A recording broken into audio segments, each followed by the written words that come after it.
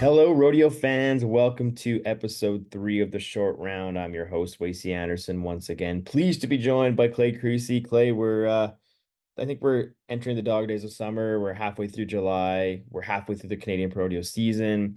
And I think we can officially put a bow on Cowboy Christmas, for lack of a better term. We had the TP Creek Stampede, Bowden Daze, Wild West Days, I think is what they call it, wrap up over the weekend, something along those lines. But yeah, we a big weekend in Pro Rodeo Canada action.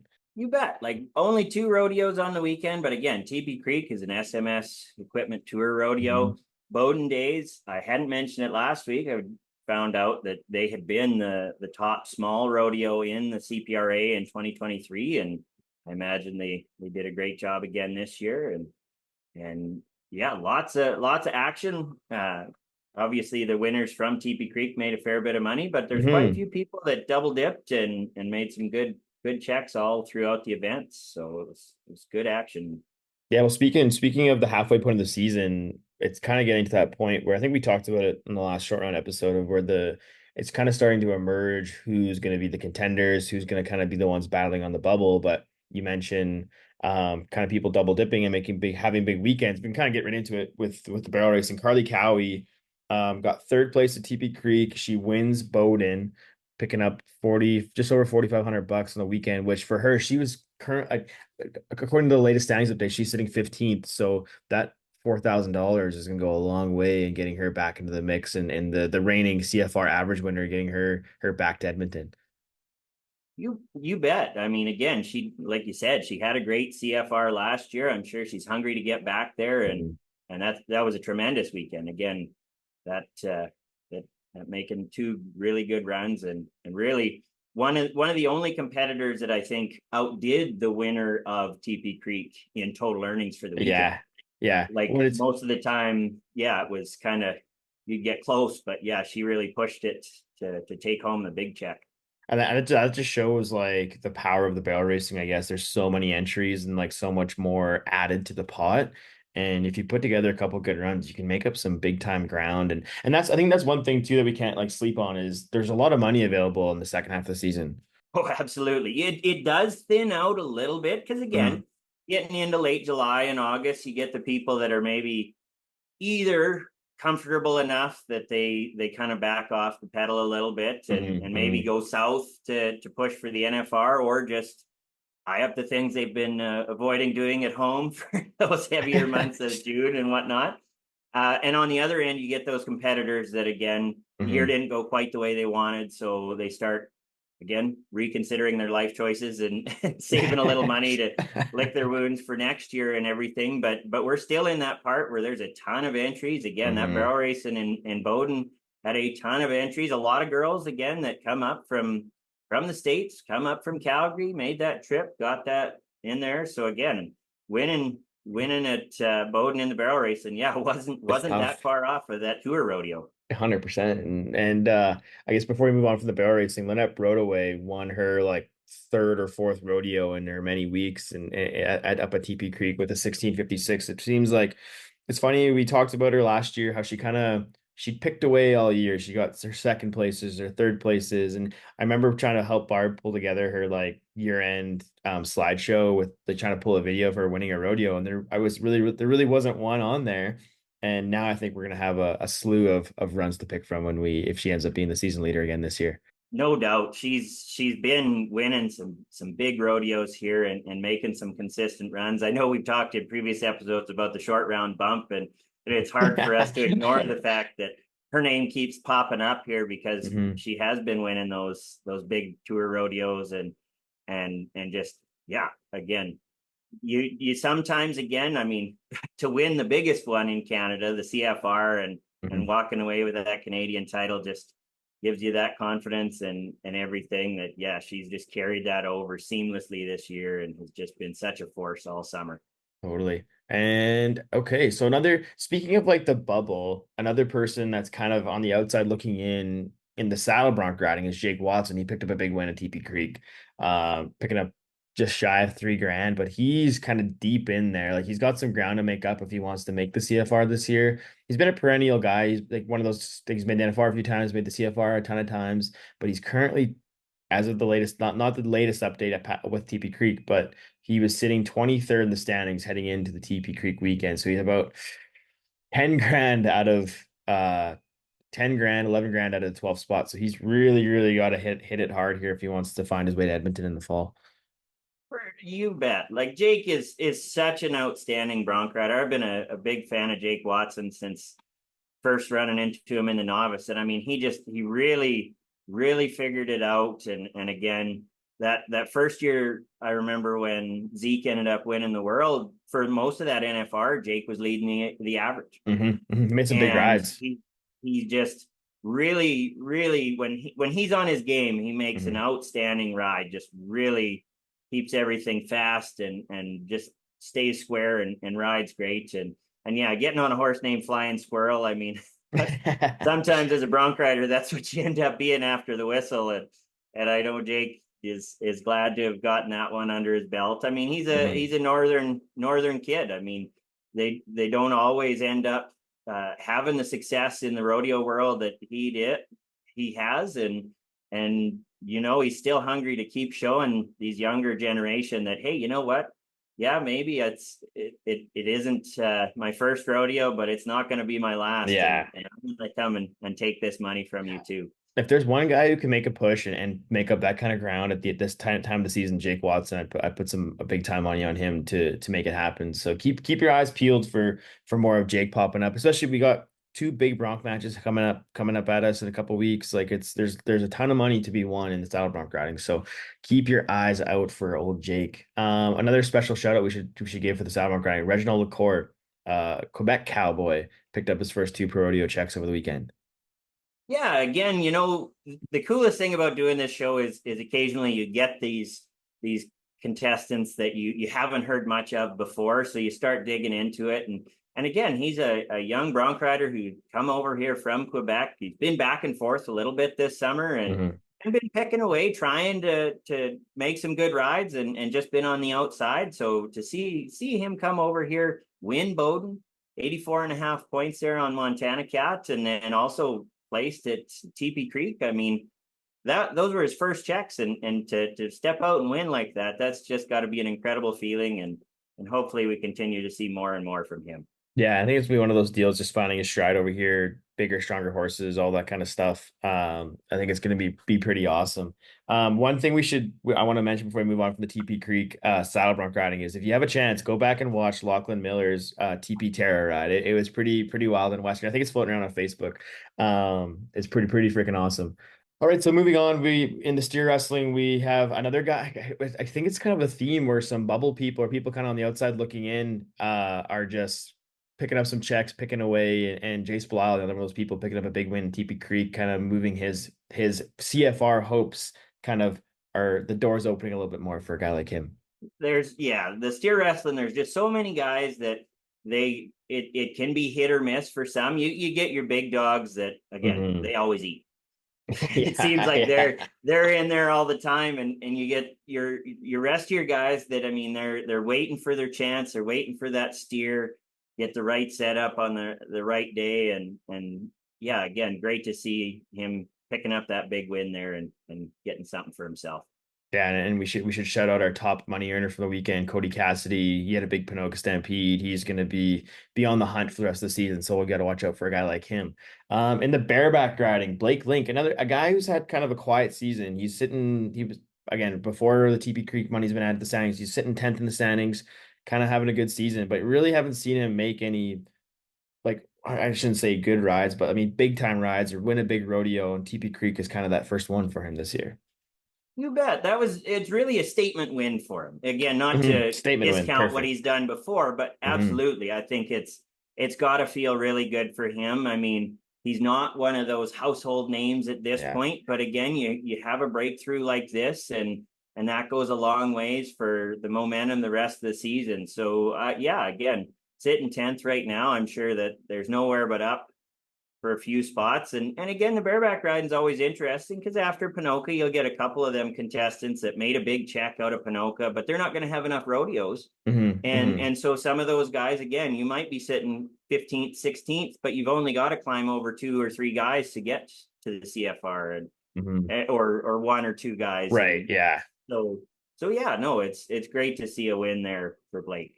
Another guy who had a huge weekend is Logan Bird in the tie down rope in two big runs, big win in TP Creek, got second place in Bowden, picked up just over 4 grand. He I didn't realize how good of a season he's having. I was kind of ignorant to the standings, but he's going to be gunning for another Canadian title. Yeah, again, Logan knows how to rodeo up here. I Oh mean, maybe man. it's the fact that he got calves at three-quarters of the rodeos, Yeah. but even still, he's just a student of the game. He's worked tirelessly to be at the top. There's very few guys that could probably say they wrote more calves in a given year and Mhm. ride more horses than Logan Bird in Canada, and it just shows, right? Yeah. Again, day in, day out, he's there to win, and more often than not, he's going to win, and so no, he's just carrying on, and again, he's done this before. I mean, you look Mhm. back, I can't remember, it was last year or the year before. I mean, his winning percentage at rodeos is Oh, just it's through the unreal. roof. He's got the horsepower, he's got the skills. He's always a threat, and it's gonna be he's actually gonna be our next guest on episode. I guess we're gonna be 18 of the short round. So we'll do an interview with him next week, and it'll be fun to kind of hear through his lens how the season's been going and kind of what his goals are for the rest of the year. In the team roping, Trey Gallet and Joey Romo pick up another Pro Tour win with a 4.9 second run in TP Creek, $2,600 each, and those guys they're picking away, they're picking up big wins when it matters, and they'll be a force to be reckoned with as well as we head through the rest of the season. For sure. Again, Trey, I mean, that's a third generation team roper. The Galay family is synonymous with team roping, Hmm. and Trey has just really stepped up these last couple of years and really found his way to consistency and just to be a force. And again, you can expect more of those runs for the rest of the year. Another big win for another fella on the list was Dakota Butter in the bull riding. Dakota is a guy, two-time Canadian champion in the pro rodeo, two-time Canadian champion in PBR. He's a legend of the game and a living legend or a still competing legend. I don't know however you want to say it, but picked up a big win in TP Creek, 80.5 points on Kessler's All Bananas, $2,800, and that's gonna do some good for him as well because he was kind of one of those guys in the thick of it. Yeah, sitting 12th currently before the money is added from TP Creek, so that check's gonna have help him move the needle a little bit as we again move into the second half of the season here. All right, so I think it's gonna do it for our TP Creek Bowden recap. It was an awesome weekend of rodeo, and as we mentioned at the top of the show, it's we've reached the halfway point of the Canadian Pro Rodeo season, and I thought there'd be no better way to look back on the first half than bring in the RAM Rodeo Report expert himself, Tim Ellis. Tim, thanks for joining us on episode 3 of the Half Point. We got different show names coming at you like crazy, so. Hey, no worries. I was wondering about that. I don't know how many podcasts you got going on. It's never ending. Diversity's good. Diversity is good. People like it, and it's. I figured you're the perfect guy to come on for this part of the show because I've seen you around. You've had boots on the ground at all these events, and you've seen a lot of stuff going on, and it's been a heck of a run to this point of the season. Yeah, it's been busy for me. This is coming out of the those COVID years, it took a year or so to kind of get back in the swing, and now, man, it seems like from about the 1st of May, Drayton Valley till well after Strathmore, it's every weekend, but it's fun. I like it. It's fun to be around everybody, and it's cool because I feel like the last couple of years you've had the same conversation of like we feel like rodeo's back and everybody's excited, and it just seems to be getting bigger and bigger every year. Like you look at how big Pinoco was this year, Stampede broke an attendance record. Like it seems that rodeo's cool and people are having fun checking out these big events.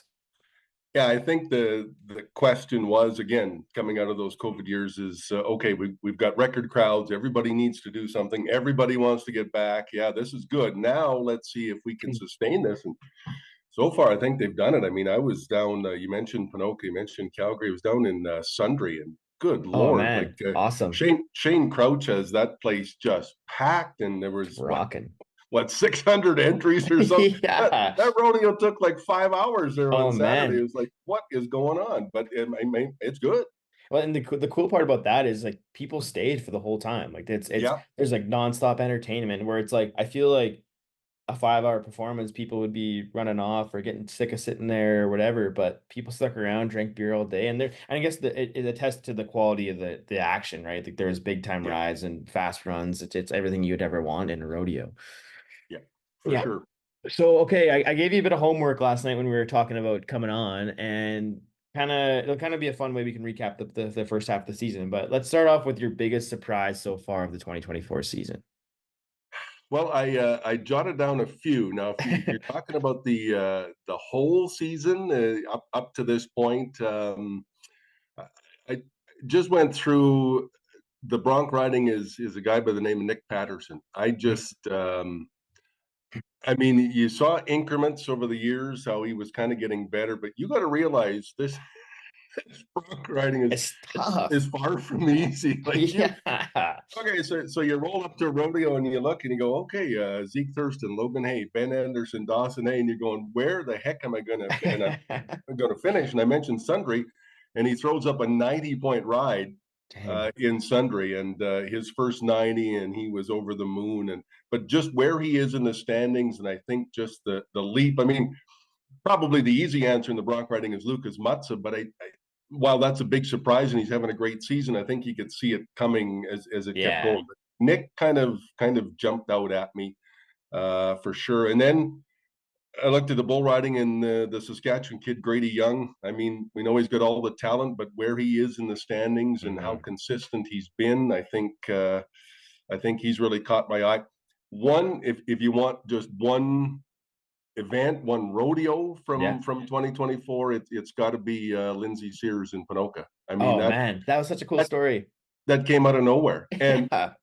and so you youngsters may not remember this, but when Diane Finstad and I were covering Lindsay back in the days when she was winning world championships in 2008, and she gets done in Pinoca, and she's got her buckle, and her mom's trying to hold that stud back, and Lindsay's running down the track, and she comes and gives us a hug, and she says, "I'm so glad to see you guys." It was like a reunion for us, I Oh, think, after all those years, and it to me that's going to be a moment that I'm going to remember for a long time. oh, that's one of the coolest moments of the season. Like just the way it worked out. Because she was first out in the showdown round, right? Yeah. So she laid down that quick Yep. run, and I was standing beside a few people. I'm like, nobody's touching that. Like she's winning for sure. So it's cool to see her, even her reaction in the interview. Like you could tell she was even getting emotional, and it's just Yeah. cool comeback road for her. Yeah, Well, definitely. So that is my surprise moment, I guess, of 2024, and I don't know how anyone's going to top that for Yeah. sure, but for me, just everything we went through with Lindsay back in the day when she was coming up and in her heyday, it was just like I said, it was like turning back time, and it was a fun moment for sure.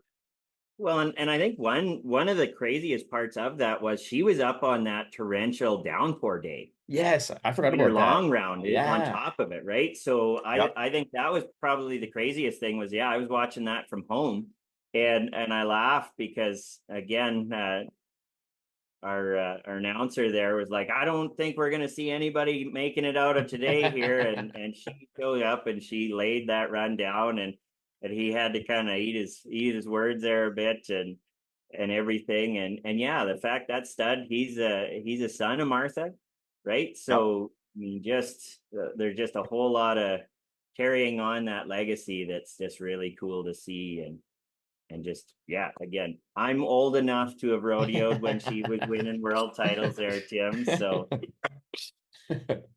Come to the dark side, buddy. Gee whiz, I didn't Yeah. think you were that old yet. Good Lord, time doesn't stop for anyone, I guess, eh? No, for nobody, for nobody. Yeah, it's funny you brought that up, Clay. I remember being there that day, and I kind of really didn't pay much attention to the barrel race just for the fact of the matter of the torrential downpour. But I heard Lindsay Sears, I'm like, I had to like double take and like look back at the draw, and I like, damn. So that's a really cool moment. Okay, Kate Tim's question two of the homework. We got. I think we're gonna see a lot of like earnings record be broken just with the amount of money being out there, the amount of contestants. But who are some of your top contenders heading into the second half of the season? Well, I just talked to Scott Ginsner here the other day, a couple of days ago, and he's doing something that that hasn't been done for a long time in terms of PRCA earnings and staying in Mm-hmm. Canada and stuff. But I mean, he's in that rare territory where if he wins another one, he's at 5, and that puts him one behind Cody Cassidy and Bud Butterfield, and Mm-hmm. who knows in the steer wrestling. But the other contender all of a sudden is Cody Cassidy. So Yeah. I mean, he comes to Pinoca and just does what he always does in Pinoca, and boom, he's top 3 in the Canadian standings. And if he gets number 7, I mean, now he's all by himself. And it's that is a story in itself for a guy that started late. I mean, he's a Cassidy, so he should steer wrestle, but he wasn't going down that path when he first started. That wasn't him. And now he's got so many of the other businesses, the guiding and everything, the hunting that he's really focusing on at this part of his career. And so he just kind of mumbles around, and boom, he's got a chance to win a seventh. Like he's a specimen. So he's in there. We mentioned Lucas Matza, Zeke Thurston, the bronc riding. I mean, the bronc riding is just going to be crazy good at the CFR dogfight, coming up. yeah. And maybe interesting is bareback riding, and with Ethan Mazurenko in there. I think he might do something, but it's like, who's going to get in the bareback riding?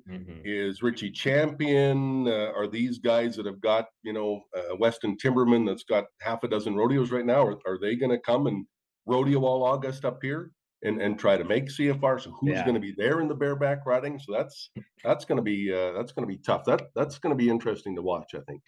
Well, and so before we on the saddle bronc riding side of things, like how realistic is it that somebody unseats Zeke as the king in the north this year? Like I think it's such a tough thing, because like even if he comes in like fourth or fifth, like he can still catch you in Edmonton. Like he's such a threat anytime. Yeah, and he showed us last year. He comes out, bucks off the first round, and everybody goes, "What the heck? Oh man, that probably does it." And then he still wins it. So, and he's going to be, he's going to be top 5 for sure. He's very good chance to be season leader. So if he goes in number 1 and you got to catch him, oh my god, and you have one less performance to do it in now, it's going to be pretty tough. It'd be pretty cool. And then so if he wins 5 in a row, where does that put him in the history book side of things? Oh boy, that puts him on a pretty good pedestal by himself. No one's won 5 in a row. I know that much. I mean, there's not many that have won 4, as a matter of fact, right? So he gets into that territory. Just like at the NFR, he wins his 5th Wrangler National Finals rodeo, 5th World Championship. He's all by himself in terms of Canadians winning ahead of Pete Knight. So he wins another couple of titles. He's in rarefied air, that's for sure. Yeah, the goat for sure. Yep. So we were talking about some of the bubble athletes before you popped on here, Tim. Like a girl like Carly Cowie had a big weekend last weekend. She was just on the outside looking in. But who are some of the bubble athletes that we need to watch as we head into August and September? Probably surprised where Leighton Green is right now. I mean, he didn't go as hard as he should have. Well, not should have, but usual at the beginning of the season. So he's got some ground to make up. I mean, not to have him at the Canadian Finals rodeo would be odd. Nick Tetz, what's Nick going to do? Yeah. I think he wants to get to CFR, and he's not that far away. So does he make his rodeos? Does he get to Edmonton? And if he gets back there, we know he's going to be a player. Guys I'm watching in the team roping, of course, Joe Beaver and Levi Pettigrew. I mean, I talked to Joe there in Leduc when he came. I was same as you with Lindsay Sears looking at the draw, and I'm looking at this draw saying, what day am I going to go to Leduc? And I'm going, Joe Beaver? God, I can't. Jenna Beaver? Nah, they'll probably turn out. But I'm going to go anyway. And I go, there they are, sure enough. And he was gracious enough with his time and whatever. But like he said to me at that time, he said, that's the one thing I haven't done is make the Canadian Finals rodeo. Because when he was here before, Americans weren't allowed at the Canadian Finals rodeo. Yeah. So in 2006, his last time up here. So he didn't have the opportunity to make it. Now he wasn't going to come hard to Canada, I don't think, at that time anyway, but maybe a couple of years later he could have. But so I'm interested to see that, and they're creeping up there. They're within striking distance. So that's one thing I'm looking at on that side for sure. Well, it'd be great just to have for the media side, having Joe B with the CFR. It'd be such a cool look for everybody. Okay, Tim, this question, it wasn't on your homework list, but before we wrap things up here, I want to get one bold prediction from even for you, Clay. One bold prediction before the rest of the 2024 season before we get to the CFR. Oh, bold prediction. Clay, you take this first because I'm going to have to think about it. I'm going to pull my old man card. I'm going to go last. I think one thing, and it maybe isn't that bold, but I think for once in a quite a while. I think we're going to have a pretty tough all-around race that's going to come down to the wire at the CFR. You've got Kyle Wanchuk and Sawyer Erickson there looking to make it both in the bronc ride, and I think Sawyer is just a little bit of checks away on the time to Ben end, but I think that's a race that we don't necessarily always see it playing out in Edmonton, and I hope to see those two young guys doing that, riding broncs against each other, trying to outduel each other for that Kenny McLean title. Because again, that's when again I always grew up trying to rope a little bit and compete on both ends of the arena. So you try and take that pride in it. And they're two young guys that are really pushing to make that meaningful and doing a great job of it. So I guess that's my prediction to see. Okay, I'll go back. I'll go back to Cody Cassidy. So I will. My bold prediction is he does win number 7. He becomes the all-time steer wrestling champion leader in Canada. I mean, I would never bet against a Cassidy ever. The steer wrestling is usually very, very tight, and I just think look. Cody Cassidy could tomorrow. Well, he won't tomorrow, but he could after the CFR just say, "I'm done. I'm Yeah. finished. I'm going guiding. I'm going hunting." He could have said that 2-3 years ago, but I've seen it so many times now where you don't even think he's a contender when he gets to Canadian Finals Rodeo, and by the end of Sunday, he's won another championship. So I think Panoka might have re-energized him. He's won a few checks after that. I mean, it's not just Panoka money, but now he's won a few checks, and I think I don't know. I would I'm gonna throw my loony on there and say that Cody Cassidy becomes the all-time, and just that story alone is crazy because of his dad and Curtis, the guys that you would think would be up there, and it's the it's the youngest of the Cassidy that wasn't even sure he was going to be a steer wrestler when he was in high school, for Pete's sake, and he would win it. So Wow. that's my prediction. Okay, my bold prediction is we talked about Grady Young. I think he's gonna roll into Edmonton, ride all 5 bulls, win the average, and be pushing for a first Canadian title. I think that kid's got all the swagger, all the tools to be great, and I think he's gonna rise to the occasion in a place like Edmonton and kind of surprise some people. But that's my 2024 bold prediction. So we'll see. We'll see how it turns. We'll look back on this after the CFR and see how crazy we were.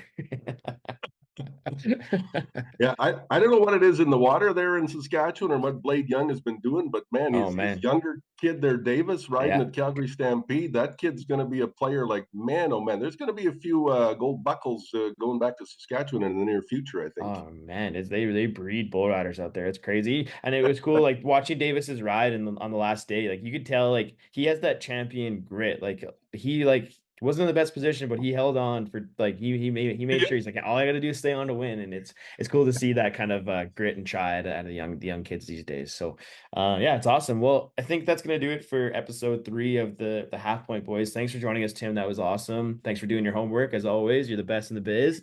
Clay, thanks for the time. And yeah, we'll catch you guys all for episode 18 of the short round next week.